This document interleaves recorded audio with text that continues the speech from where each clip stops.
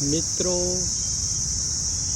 પ્રેમ, વંદન, જય શ્રી કૃષ્ણ, વાસુદેવ સર્વમ.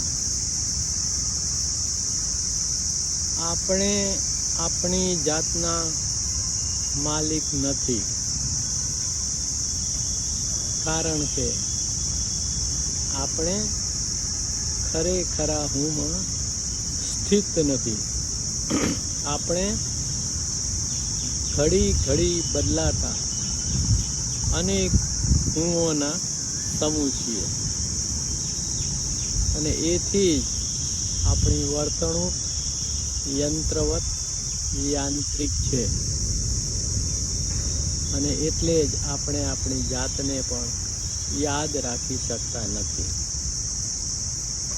તો આપણે આપણી જાતના માલિક થવાની એક વાત, એક રચના રજૂ કરું છું કે હું જ હવે મારો માલિક છું. હું જ હવે મારો માલિક છું. મારા હોવામાં અલૌકિક છું. તો ખરેખરા હુંમાં આપણે સ્થિત થઈ જઈએ તો નર્યા સત્ય, પ્રેમ, આનંદ સિવાય કશું બાકી રહેતું નથી. તો હું જ હવે મારો માલિક છું. મારા હોવામાં અલૌકિક છું. કે ખોડિયામાં ખાલી ખમ બેઠો, ખોડિયામાં ખાલી ખમ બેઠો, હું છું, તમે કહો છો ઠીક છું. કે ખોડિયામાં ખાલી ખમ બેઠો, હું છું, તમે કહો છો ઠીક છું. હું જ હવે મારો માલિક છું. મારા હોવામાં અલૌકિક છું. કે સમયસર, સમય પર. આપણી પાસે 100 વર્ષનું આયુ હોય તો પણ સૌથી વધુ મૂલ્યવાન અને કિંમતી તો અબઘડી જ છે, તત્ક્ષણ જ છે. એટલે અબઘડીને રળિયામણી કહી છે. તો સમયસર, સમય પર, સમયધારામાં ક્ષણિત છું. સમયસર, સમય પર, સમયધારામાં ક્ષણિત છું. હું જ હવે મારો માલિક છું.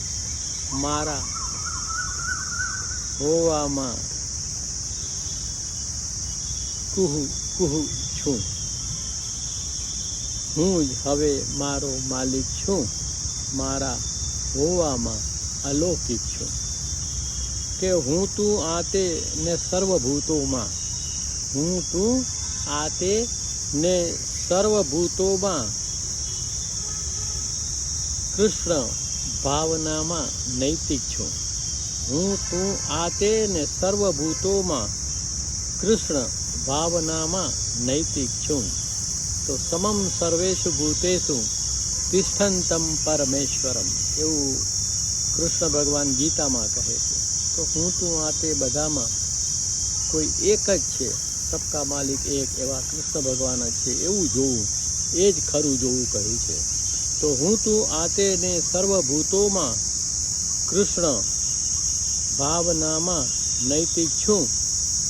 હું જ હવે મારો માલિક છું. મારા હોવામાં અલૌકિક છું.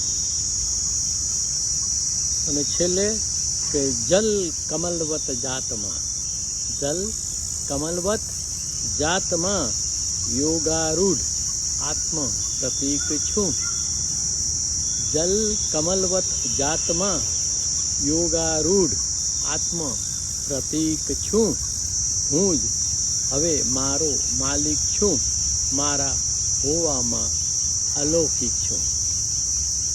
પ્રેમ, વંદન, જય શ્રી કૃષ્ણ, વાસુદેવ સર્વમ.